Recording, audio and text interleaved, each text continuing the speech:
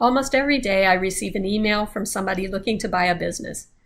Many of these emails are from private equity groups, family funds, and some are just entrepreneurs looking for good, solid businesses to run for a lifetime.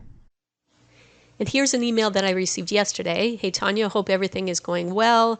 Okay, financial criteria, 3+ years of stable revenue and profitability. They're looking for $2 million in EBITDA or greater.